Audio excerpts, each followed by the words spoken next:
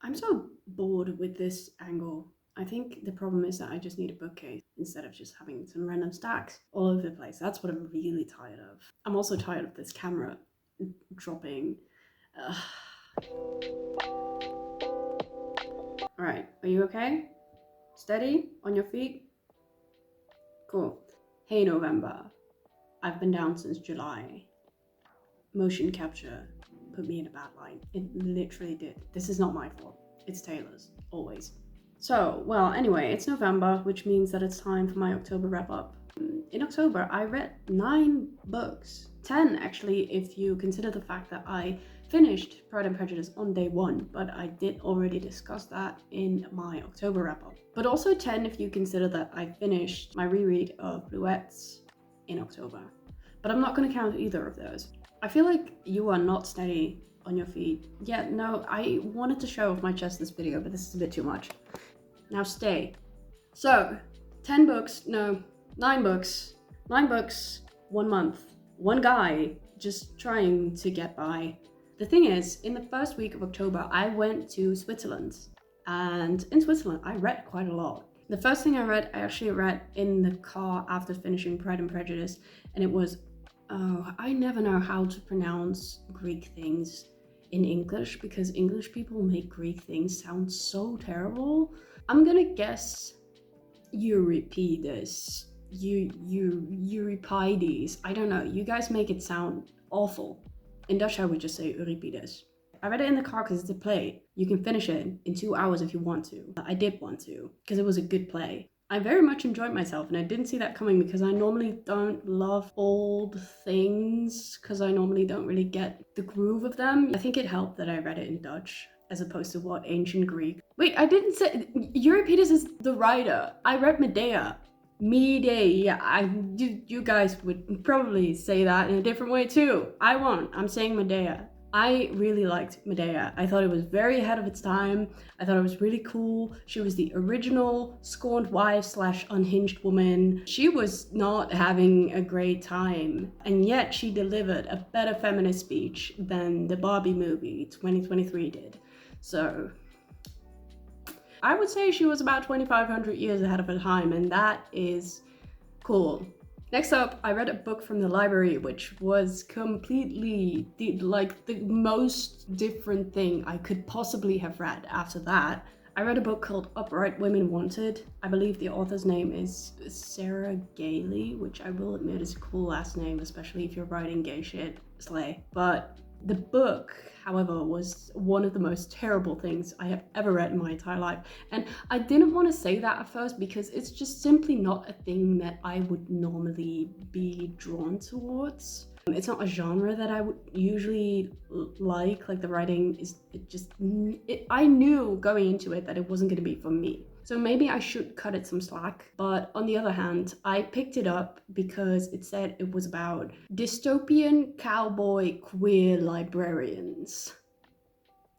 That sounds cool. Like, who could resist that? I certainly cannot. So I did pick it up, despite knowing that it wasn't going to be for me. However, it was bad. None of the characters had even an ounce of personality. I had no idea what was going on at any given moment. The plot was very strange. It was bad. I don't know how else to put it. I don't think I have to explain it even. I will say that I finished it in a day. Kind of a feat, but also mostly because I skimmed it and didn't miss anything. There wasn't anything to miss. But I was on this trip with my bestie and I let my bestie read the book the day after me. And she also finished it in a day. And she said the exact same thing. So wouldn't recommend it, but the concept was really cool. I'll give it that. And also I gave it a bonus point because there is a non-binary love interest, which we love to see, but they didn't have an ounce of personality either. But then again, because no one did, that is a quality. I'll give it that. The next book I read was, I should have Googled the English title, but the Dutch title was De Buitenjongen, which I guess is like the outside boy. It's an Italian book originally. I read it because it was in the house that we were staying at because it took place in the Alps. The Italian Alps. I was in the Swiss Alps, but it's the same thing. The vibe was the same. This was very much fun to read in the place that it was set. It's about a guy who is sick of the city, very relatable, and he goes into the mountains to live in a little house with shepherds around him. He doesn't have a flock. What do you call a flock of cows? Not a flock for sure. But anyway, he doesn't have any cattle of his own, but he does enjoy the company of neighbors who do. He enjoys the company of their dogs. He even gets a dog in the end, which made me very happy. Overall, it was a very short book. It spanned over like 9 months, but it described the area and like the peace and quiet that comes with it so well. Also, this author is the same guy who wrote The Eight Mountains. English title, again, not sure, but I saw that movie earlier this year and it was so long, but also so very beautiful. Yeah, I could definitely sense that same vibe and it was very good. The next book I read, also because I was in Switzerland, I specifically brought it because I was going to Switzerland, is Frankenstein by Mary Shelley. I have to say, this is one of my favorite classics I've ever read. Normally when I read like old things that I already have expectations of, I am just like underwhelmed, disappointed, not understanding much of it, not really. You've seen my thoughts on Pride and Prejudice. This one, however, had some very interesting thoughts and ideas on, like, I thought it was gonna be way more about like building this monster and all that, but it's not really. Like, he builds the monster in like 1 page and then the monster is done, and then the rest of it is about the consequences of doing something like that and all the moral questions and the drama that comes with it. And it was actually really emotional and sad, but also quite powerful. I really like this book. Mary Shelley, she was 19 when she wrote this. She went off. She had a big fat mind and she knew how to put it to use, because it's a good story. Yeah, I love the monster. I'm very sad that he didn't have a name or a friend. I just think he deserved that. Anyway, the reason I had this on hand already is because I want to read Jeanette Winterson's Frankenstein. I always say Frankenstein, even though I know it's Frankenstein. Anyway, I want to reread Jeanette Winterson's Frankenstein at some point, and I hadn't read this one yet, so I figured I should before I do that reread. Then, another classic, brace yourself. This one I read for school. It's Weaing Heights. I didn't actually have to read this for school, but I wanted to because we were watching a movie on it and I didn't want to be spoiled. The weird thing is, I didn't finish it before we saw the movie and I still didn't get spoiled because the movie was actually only half of the book, I think. The movie was the 2000 and... I don't know. It was like a very hip adaptation. It wasn't hip, but it was new. I thought this was gonna be like the same thing as Pride and Prejudice. It is not. It is like the complete entire fucking opposite. This book is so fucking grim. Every single character in this is terrible and also deeply fucked up and depressed for good reason. This book is kind of vile. Everyone is so cruel. It's terrible to read, to be honest, but also the story is built up and layered so well that like the drama just keeps pulling you back in. And I never really had that with a classic before, because I was like, I don't technically have to finish it. Like, I can just stop reading this at any given moment, but I didn't want to. I wanted to finish it, to know where all this cruel shit was headed. And it's also always smart of authors to start at the end of something so that I want to know how we're gonna get back to the beginning. Pretty much always makes me want to finish a book. This one was really good at that. And also, Emily kept pulling through with these fucking banger ass lines. I was gonna read you something, but as you know, I cannot fucking read out loud, so just take my word for it. Some of these lines fucking went the fuck off. They're so rich, delicious to sink your teeth into, even though everything in this book was grim and horrific. Heathcliff is like the pettiest man in literature, probably. And I don't think that's to be taken lightly, because most of the men in literature that I've read are petty as fuck, but Heathcliff, I mean, I get it. He was not treated right, that's for sure, but like, he couldn't even let it go in death. The next thing I finally finished, because I have been reading this for quite a while, Zami, A New Spelling of My Name by Audre Lorde. She calls this a biomythography, which, okay, cool. However, this follows her from when she's a child to the point when she's like 20, I think. She just goes over her entire childhood, and with some of it I was just like, I don't know why I'm reading this. She is a brilliant writer, like I know that much. I have read some of her essays before, which I love, especially the one on eroticism is one of my favorite things I ever read. And I do, obviously, like I know she's a very influential person, and the poems that are in here and some of the like more poetic parts are fantastic. She also writes some fucking banger lines. But there were some parts in here, like especially in the childhood parts, that I just didn't see why they were necessary, why they had to be in here. I feel like this could have been cut down quite a bit. It didn't really feel like there was a point. It does kind of serve as like a background for everything that she would do and write later in life about being Black and being a lesbian. It definitely lays a ground layer for all of that, but it doesn't really work up to that point where she realizes that that's what she has to be writing about. I thought it was gonna lead up to that point, but it doesn't really, which I find strange because she didn't publish it when she was 20. She published it like 30 years later. So like, I feel like there could have been a better ending, like a greater conclusion to it all than what it actually ended up being, because it's like 300 pages and I just don't think it had to have been. But I am all the more curious now to read Sister Outsider, because she does mention the term once and then doesn't say anything else about it. Like, I don't know, it just feels like an unfinished thing. Maybe this shouldn't be read on its own. Maybe it should be read as part of like everything that Audre Lorde's ever written. Oh god, the next book I read was At Night All Blood is Black. This book has such a fantastic premise. It's about a soldier in the Great War who comes from, I believe, Senegal. He is taken from his home in Africa and put into this war to fight for the French. And one day on the battlefield, his friend is fatally wounded, but he isn't dead yet. And so his friend, his best friend since childhood, asks him to have mercy on him and just slit his throat.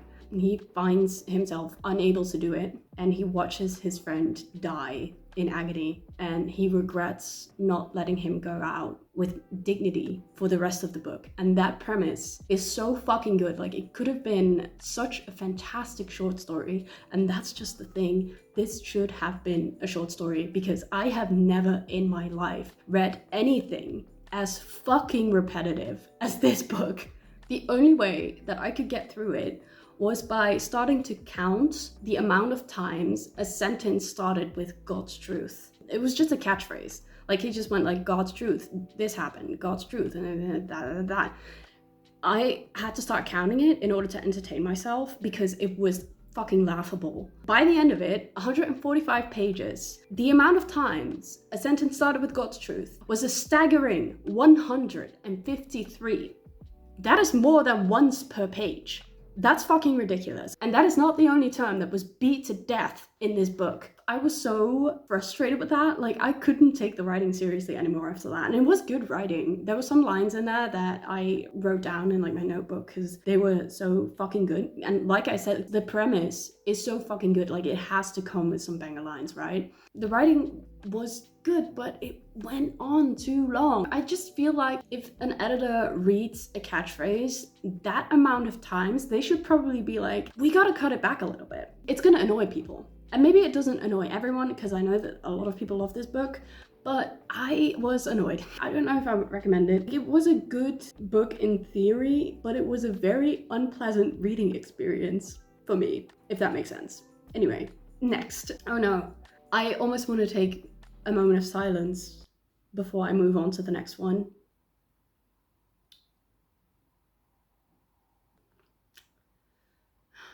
If you watched my wrap up for last month, you will know that I met Jeanette Winterson, which I'm still very happy about. The moment to never forget, one of the most important moments in my life, maybe. I met her at an event where she was there to talk about her newest book, Night Side of the River, Ghost Stories. The book wasn't out yet when I was there. I had to order it, and then when I came home from Switzerland, this was in my mailbox. I didn't start reading it immediately. I started reading it last week, I think. This was like my only Halloween reading for this year.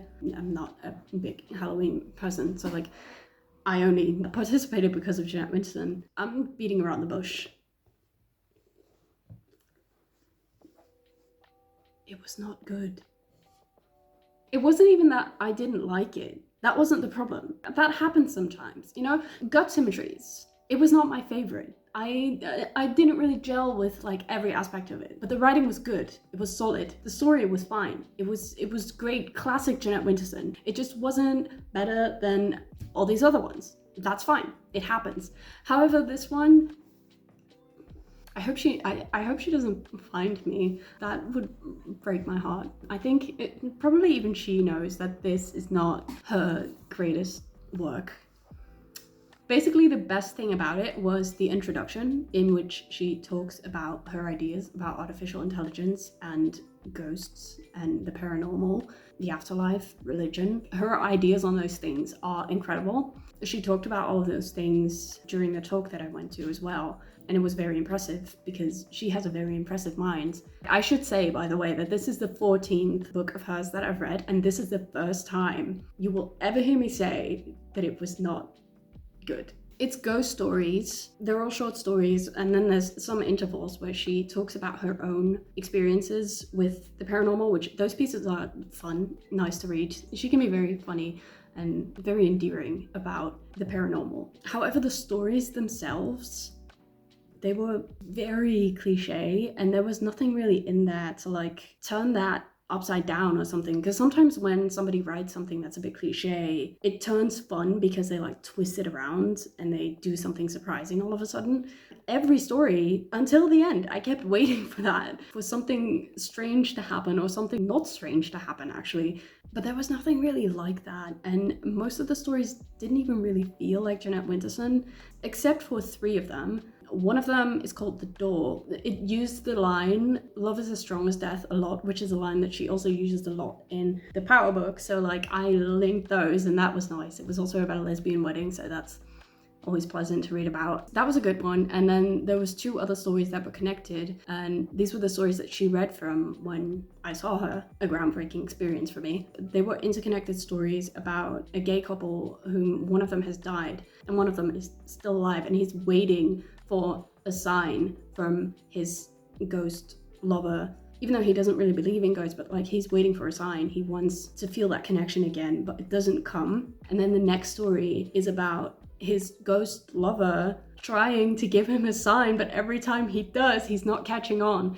Those 2 were so heartbreaking, and I really did love those 2. Actually, the last one made me cry at the end. At literally just 5 lines had me crying.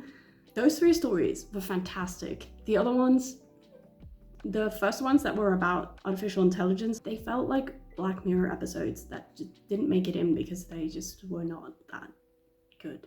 However, I want to say, I don't think it's Jeanette's fault. I think she probably wasn't given a lot of time for these. I don't know, there must have been something that had her a bit off, because like usually her prose is very, very strong, and in this one, it just wasn't really. It was kind of not there. So yeah, sadly, this book was a bit of a letdown. If you haven't read Jeanette Winterson before, please do not start with this one. Please. I beg you to start with Oranges Are Not the Only Fruit, or The Passion, or Sexing the Cherry, or The Power Book, or Written on the Body.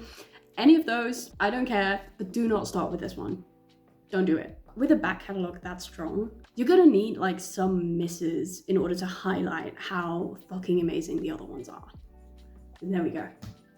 At the end of the day, that's what I did it for. That's 14 Jeanette Wintersons now. Anyway, she's still my favorite, don't worry, but I had to be honest because I physically cannot lie. It's a whole thing. I just can't. I had to say the truth, even though it breaks my heart a little bit. Anyways, I read one more book. I didn't read it so much as I listened to the audiobook, because one day I was on the train and I realized I'd forgotten my book, and I was like, I need to read today because it's compulsive. No, otherwise I will go insane if I haven't read by the end of the day. So I decided to listen to an audiobook, and what I found in my library app was a Dutch book by Holland's Next Top Model winning model, Loisa, and her mother, who wrote a book about being trans. Loisa was the winner of Holland's Next Top Model in 2000. Oh my god, I don't know. She was the winner of Holland's Next Top Model at some point. She kind of rocked that season by coming out as trans on the show.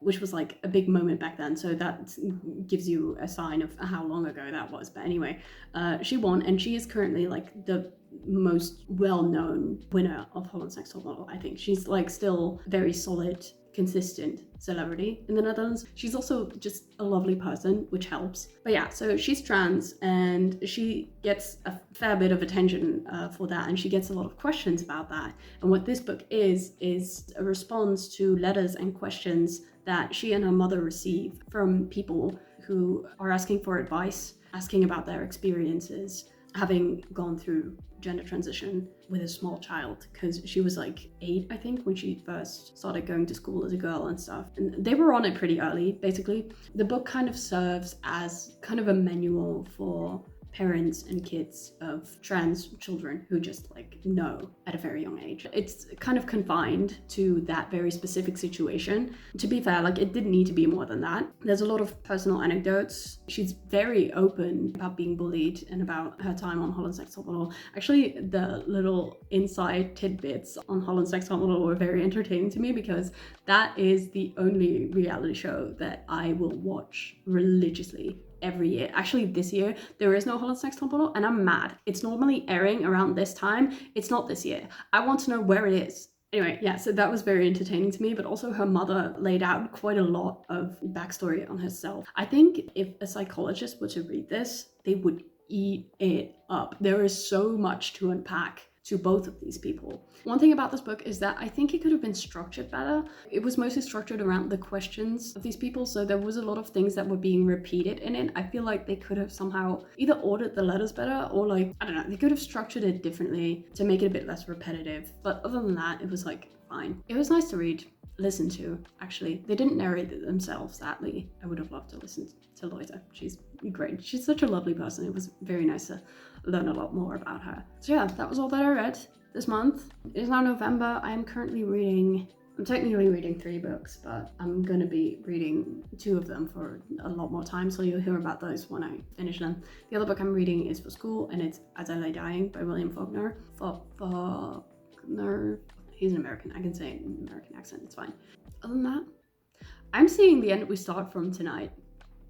Jodie Comer's new movie, of which I read the book last year, and it was one of my favorites of the year. It was such a nice, short little novella that was so full of feeling and rich language and just beautiful imagery, and oh, it was so good. Can't wait to see what they've done with it in the movie, and I don't have to wait much longer. I'm very excited about it. I'll see you next month. Don't forget to like, comment, subscribe, read So Much Blues. It's still downloadable for free from the link in my description, so if you're interested, go read it, and I will see you next time.